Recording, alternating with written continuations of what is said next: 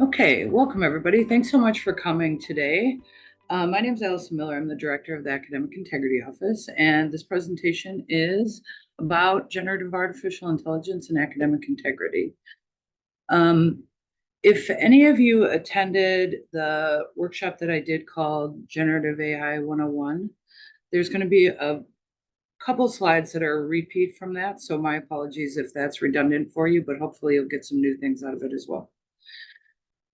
So the image on this title slide here, the education, prevention, detection, those are kind of like the three components that are necessary for maintaining academic integrity just in general.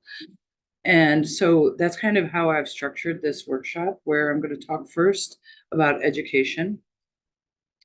And the way I've done the slides in the education portion is written as if you were presenting them to a student. And I did this specifically so that when you have the slide deck, if you want to have this conversation with your students, you can just copy the slides and modify them as you see fit for your particular course. So education is about kind of how we support students. Prevention is about assessment design. And I'm going to try to stay in my lane here. I'm not the expert on this. The teaching development folks in the center are the experts, but I'm going to focus just specifically on academic integrity when it comes to assessment design. And then the detection part is, how do we actually substantiate when students are using these things unethically? And we know that detection is an important part of that process because it deters students from using it unethically.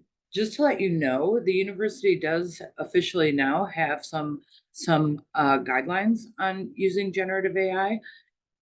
And the guidelines were built based on these 5 principles. One is fostering AI literacy and encouraging equitable access at TMU, prioritizing the ethical use and application of generative AI, encouraging authentic, transformative, learner-centered experiences, protecting academic rigor and integrity in learning, and connecting learning and uses of generative AI beyond the classroom. So those are the principles that guided the development of the guidelines.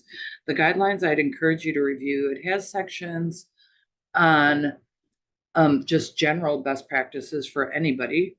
And then it also has sections specifically for students and sections specifically for instructors, and addresses things not just around academic integrity, but questions like things like recommendations if you're considering using it for your own teaching as well. Okay, so the education. Remember, these slides are written as if they were being presented to students. So one of the things that you want to make sure that you're doing is that you're helping students understand the limitations of the technology. Make sure that they know that it is just a prediction machine, that it has no commitment to or relationship with truth, that if you, the student, are not an expert in the subject matter, it can be really, really hard to identify misinformation. Make sure they understand that large language models make up quotes, that they make up citations, that they imagine things that they don't know. They need to understand that large language models are lazy. Like, a lot of students are uploading articles and asking the AI to summarize the article for them. You may or may not have a problem with students using the technology this way, but it's worth noting that as a general rule, the model tends to just paraphrase the abstract and not really dig into the meat of the article. So there can be important things that the students aren't learning. Large language models generate output that reflects bias in the data set. There's large populations of people who are not really captured and represented in the vast majority of content that's written in English. And large language models generate output that is reflective of kind of generalized things that are said about a topic and not reflective of the discourse specifically in your course. So you're going to end up with generalized material that's not really addressing the course goals. It's worth it also to talk to your students about why you give them the assignments. I think it can be easy to forget because it's obvious to us why these assignments exist, but just articulating those reasons can be helpful. Um, Especially with these smaller assignments where students think that you're just having them jump through hoops. I don't think that they always realize that these smaller assignments help students understand the limits of their own knowledge and how they're progressing through the course. It helps them learn how to prepare for the exam. It encourages growth mindset. It shows progress, and it'll decrease exam anxiety. Make sure they understand that using generative AI to complete low stakes assignments will greatly decrease their performance on the exam because they won't have had they will not have reaped those benefits of engaging with those assignments. It's also worth just really specifically articulating what you want students to develop when they're doing these assignments. You can do this for every assignment you do. You can insert course specific kind of learning outcomes that are associated with the assignment, but also the really basic ones that you expect students to be engaging in. So reading, you'll learn to grapple with complex text. Paraphrasing, you'll learn to put complex text into your own words. Application, you'll learn how to apply readings to course material. Writing, you'll learn to structure a clear, cohesive argument. And then, so students, I think students have a hard time understanding how to make decisions around using technology, right?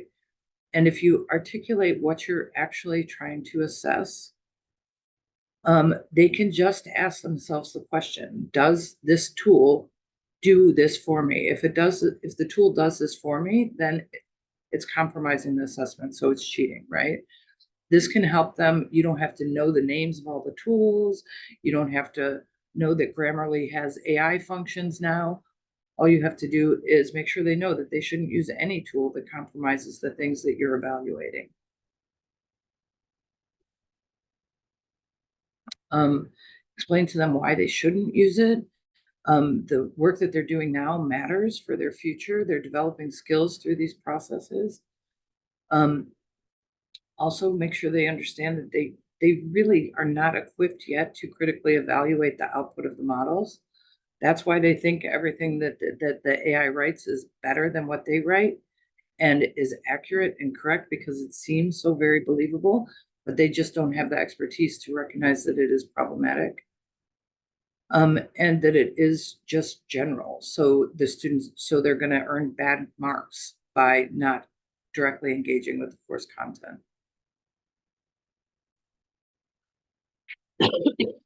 So, I said that you can make a copy of these slides and present them to the students. You can also invite us to come in, and we're happy to talk to students about this kind of thing. Depending on your stance on the technology, you can also not only tell them how not to use it, but tell them how they might use it ethically. And you can modify these slides to fit your perspective, right? So these slides, I'm suggesting that some things that might be considered ethical use would be brainstorming, outlining, improving first drafts, and studying. And I'm going to go through just a number of sample prompts that students could use to use the technology kind of without breaching policy 60. Shelley, I haven't shared the slide deck yet, but I will, if you don't mind. I mean, I could do it right now if everybody wants to access it right now, but I have to leave the screen and all that jazz. Hopefully you're okay to wait until the end.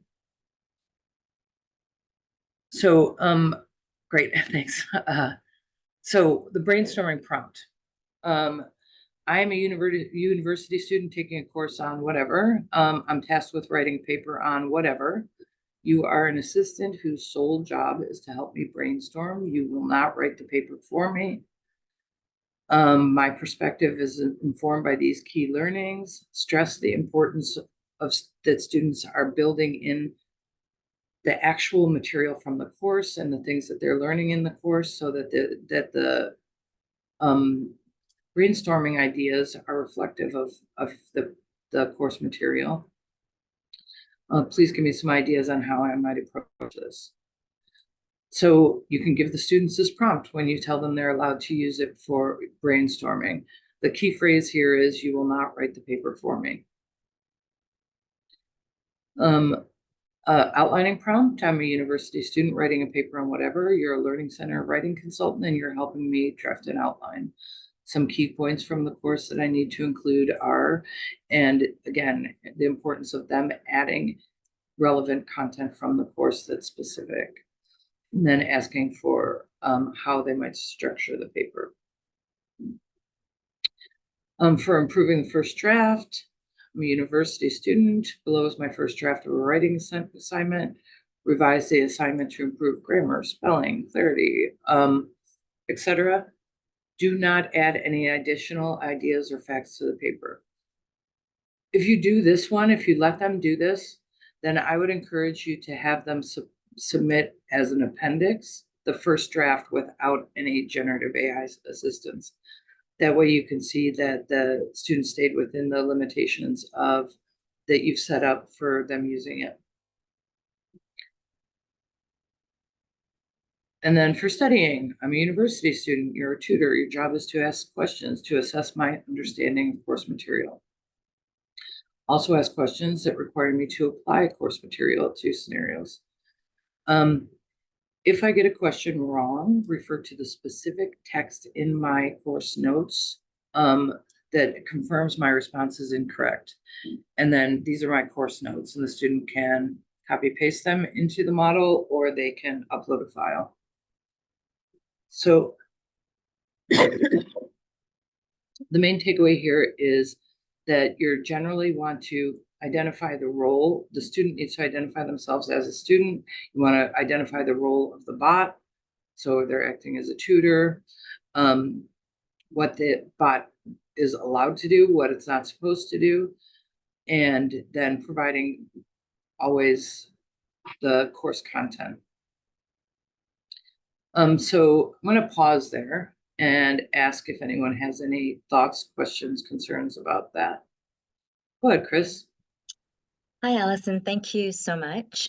So I do have a question in terms of uploading files, especially in terms of violation of copyright. So if there's course readings that are provided through the databases that the library has access to, and these are uploaded, my understanding is that's a violation of copyright because these are proprietary indexed articles. Is that incorrect? Or do you have to set your settings so that in, say, for example, the free version of GPT, that it doesn't feed the model?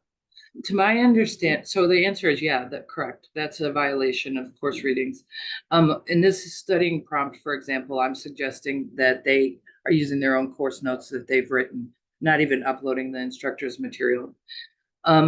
To my knowledge, and this may have changed, but to my knowledge, you can't change those training data settings on ChatGPT for the free version.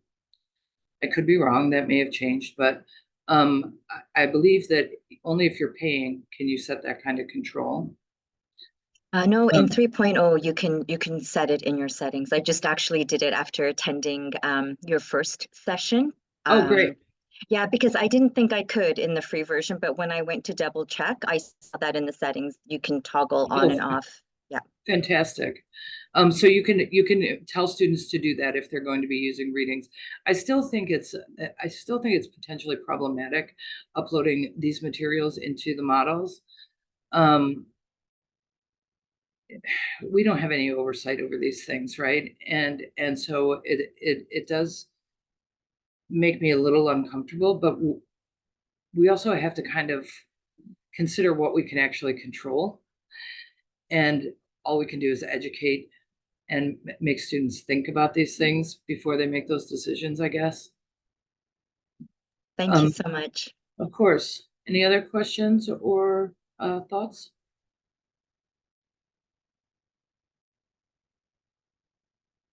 Okay. So prevention, this is where we'll get into a little bit of overlap with some of the stuff that I discussed previously. But there are some things that you just need to validate. That's part of the job, right? We teach and then we have to validate that the student actually learned. Most of the work that students do in courses often is kind of like the formative stuff, the things that are taking them on the journey to prepare them for those assessments where you're validating the knowledge and the skills. The University of Sydney is talking about this by framing it as like lane 1 and lane 2 assignments. And I have a link in the slide deck. I encourage you to read the full version of this, but the short form of it is that the lane 1 assessments are the ones, those are your exams, and honestly, the only solution is on-campus proctor. These are the ones that really need to be locked down to make sure that students have the knowledge and skills they need to be successful in their future courses and to be successful in their careers. The formative assessments, though, often can kind of fall into this lane 2, where you might give students a bit more room to engage with the technology and think critically about it and use it to help them develop their understanding of the course material. These lane 2 assignments still require at least some level of validation, and that's more for the student's benefit and for your benefit as an instructor, so you know how the student's progressing than for any other reason. So I have just a few ideas for these lane 2 assessments that can just maybe get your creative juices flowing. So you could use generative AI to generate a mini paper on a topic. And that this idea comes from a colleague, actually, a professor did this with discussion board posts, where she generated a number of discussion board posts and then had the students grade them, and then she graded them herself and presented her rationale for those grades to the students. And it was really an excellent exercise to help them understand how the models sound really great, but don't speak to course content and aren't providing the substance that results in a high mark. So in this example, generate a mini paper on the topic, provide students with a rubric to grade it, and have them provide a rationale, and then do the same thing for yourself and present it. In class, you can have the students write with the actual pencil and paper or pen and paper a 5-minute essay on one strength and one weakness of the paper that was written by AI. For these examples, is in-class activities that are supposed to validate the student's engagement, like this one here.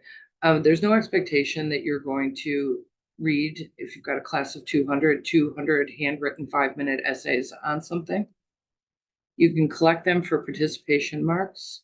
Never even look at them if you don't want to, but you also have them as an example of the student's authentic writing that you can compare against later on if you need to, if you have concerns about something the student submitted and you think it's not representative of their skills.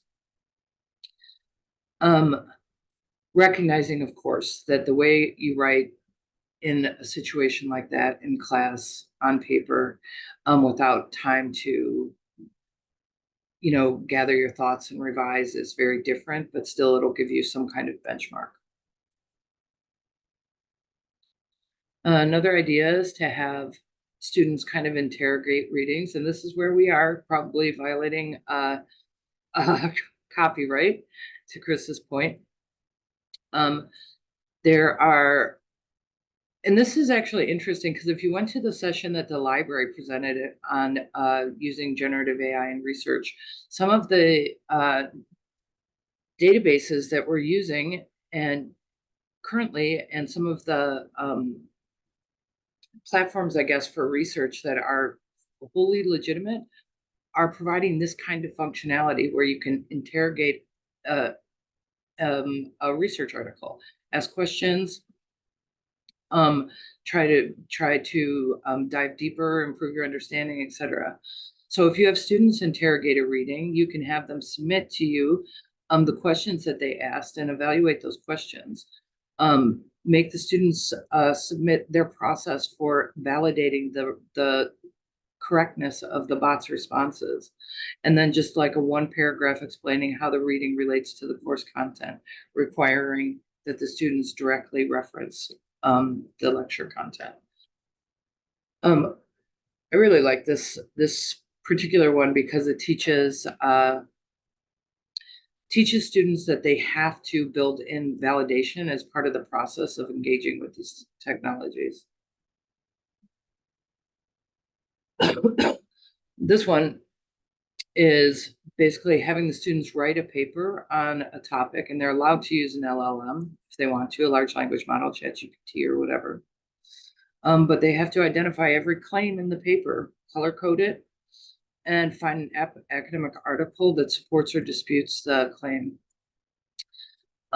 Using the color code from step one, they can go into that article, highlight the text that demonstrates that it supports the claim or disputes it, and then a reflective paragraph on the accuracy and fulsomeness of the bot's response. Again, these are all teaching kind of deeper level understanding of how to engage with the technology, and also what the importance of actually looking at research articles to confirm that the material that is being produced by the bot is accurate.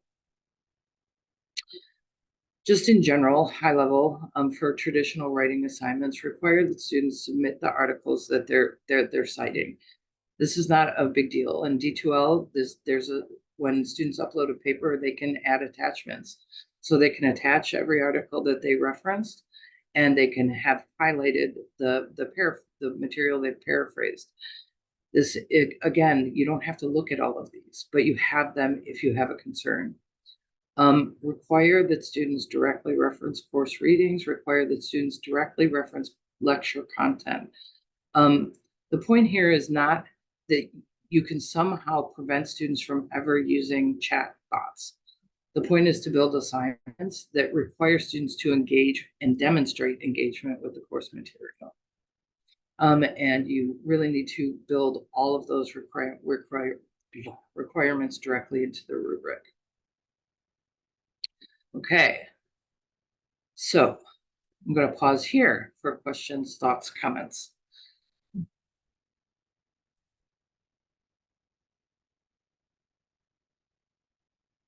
guys are a quiet bunch, not even the chat is going.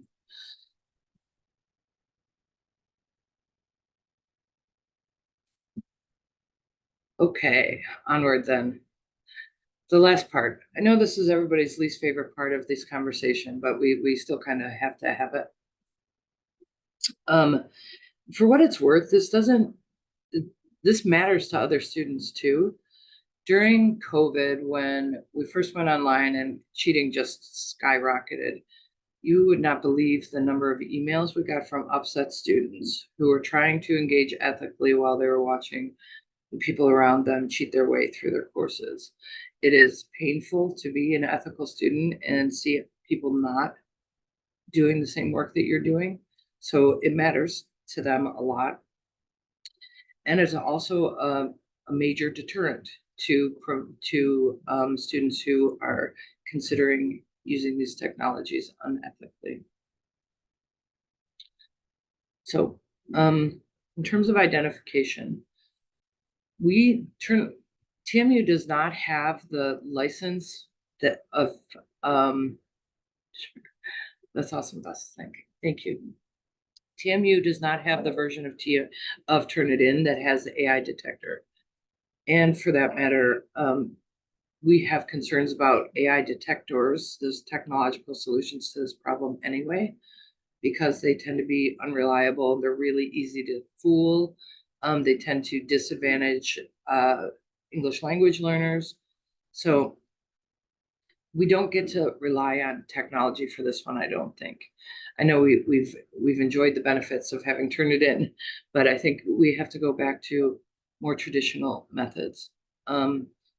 for those of you who've been teaching for a while, like back in the old days, the way you knew that the student had copy pasted something from somewhere was you could tell just how the voice shifted in the text. It was your instinct, it was your experience, your understanding of writing, and you have to go back to those. You have to trust those things. And when you have that kind of inkling and your spidey senses, as my boss likes to call it, gets peaked, look for some of the telltale signs. So citations will be inaccurate. They may look accurate. You have to look close. Misrepresentation of source content. So, if you ask AI to write a research paper and include information from the article titled, let's see, Defending Assessment Security in a Digital World, it will make up, it will include that information from that source, but it won't be actually information from that source. It'll just imagine what's in that text based on the title. So you'll see misrepresentation of source content. You'll see arguments and perspectives that are very, very general. Also very neutral.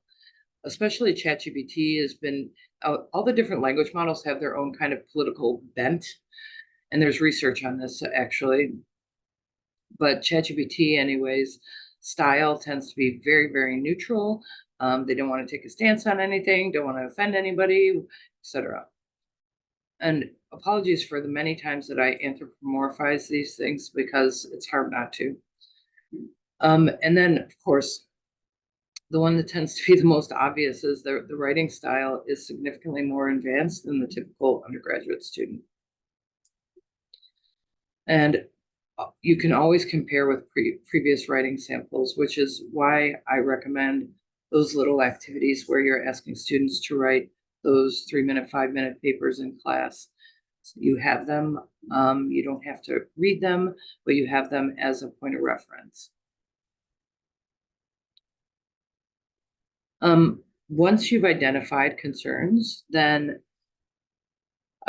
you may know this, you may not, so I'm going to say it. There's academic misconduct concerns are managed through a centralized system at TMU, and there's a reason for that. When these cases are treated in isolation in the course outside of the formal process, there's no way to identify if the student has done it before in other classes. There's no way for the university to know what kind of supports and education and funding need to be allocated to this kind of work. And there's not as many protections in place for both the student and the instructor. So we have a formal process where you would register the concern, and you will have an option of choosing a facilitated discussion or a non-facilitated discussion. The discussion is like a fundamental part of Policy 60 because it's an opportunity for the instructor to really engage with the student, find out their process, try to determine the underlying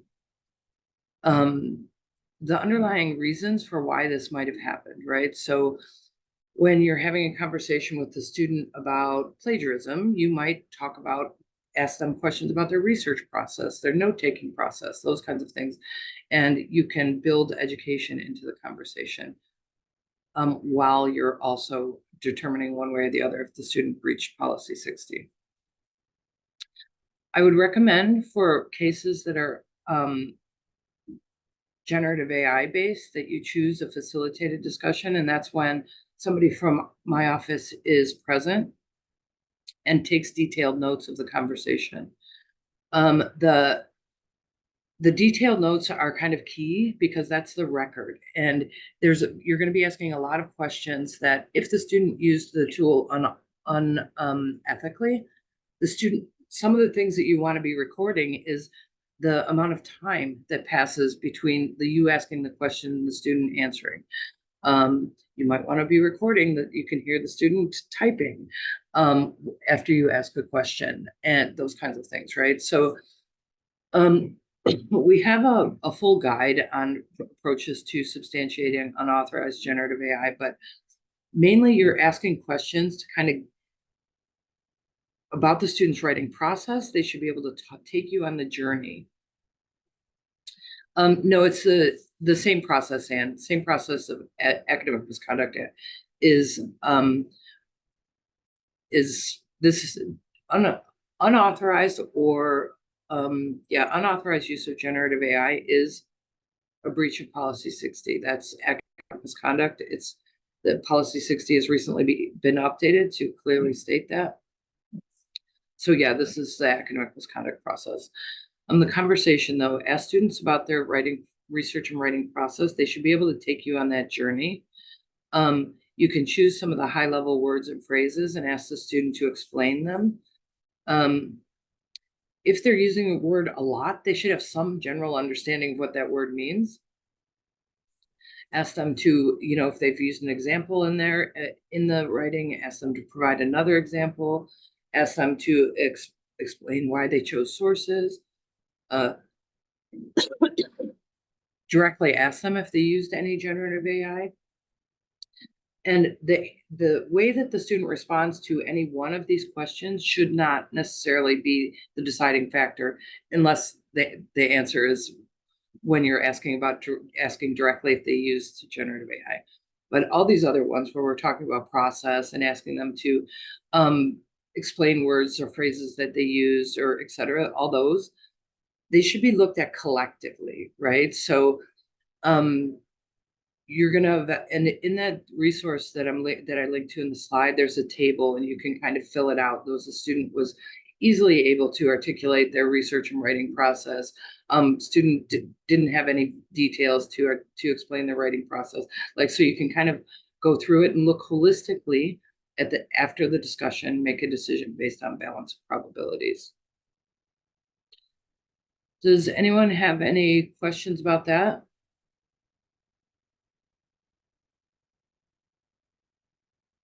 For in case you have concerns about whether these kinds of decisions stick or if students appeal and they're overturned by the Academic Integrity Council, the short answer is yes, they stick, because the Academic Integrity Council members see lots of these cases and know and know all the indicators of generative AI use. They're pretty expert on it, and through the panel discussions and stuff and the questions that are asked, they can get at the heart of it.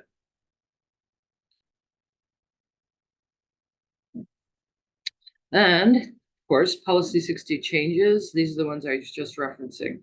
So under appendix in the appendix under the category of misrepresentation of personal identity or performance, there's two new additions.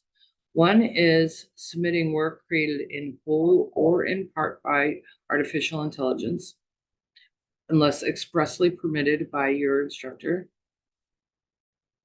or submitting work that does not really reasonably demonstrate your understanding and skills, understanding, and performance. So it's explicitly in policy. Misrepresentation of source material is already academic misconduct. False citations is already academic misconduct, etc. So I have a question here from Carol. She's asking, there can be multiple assignments where an instructor has concerns. How do we decide which to bring through the process? Can I ask Carol, just for clarification, are you saying multiple students assignments or multiple assignments from a single student? No, sorry, I meant multiple student assignments. After I posted it, I realized I left out the keyword. No, So, that's okay. So for an assignment that's submitted, there might be 2 or 3 where we are concerned that don't seem right. My question is more how we determine whether to take them, like, should we be taking them all? How do we determine what we do in that case? Because you'll be overwhelmed otherwise. I mean, I do think you have to bring them all. And I'll say that that the reason for this is that the conversation, that kind of formal conversation is really important to making decisions, right? And as far as our office being overwhelmed, we'll manage. I think that our responsibility to the other students who are engaging ethically is a priority. For you being overwhelmed, that concerns me, of course. We had a case last year where somebody was teaching a super course. These it had like 1,000 students, and then there was 100 cases of academic misconduct for a single assignment. When you have a large volume of concerns, I would encourage you to email us so that we can strategize ways to alleviate the burden on you. There's some different things we can do to make it less difficult for you and less time consuming. But from our perspective, every time you have a concern, it should be coming through the formal process. It was a pleasure talking to all of you folks. It's always a pleasure talking to all you folks. If you need anything, please reach out to our office. We're happy to support you. Reach out to my colleagues in the Center Teaching Development for support on your assignments, and have a great day.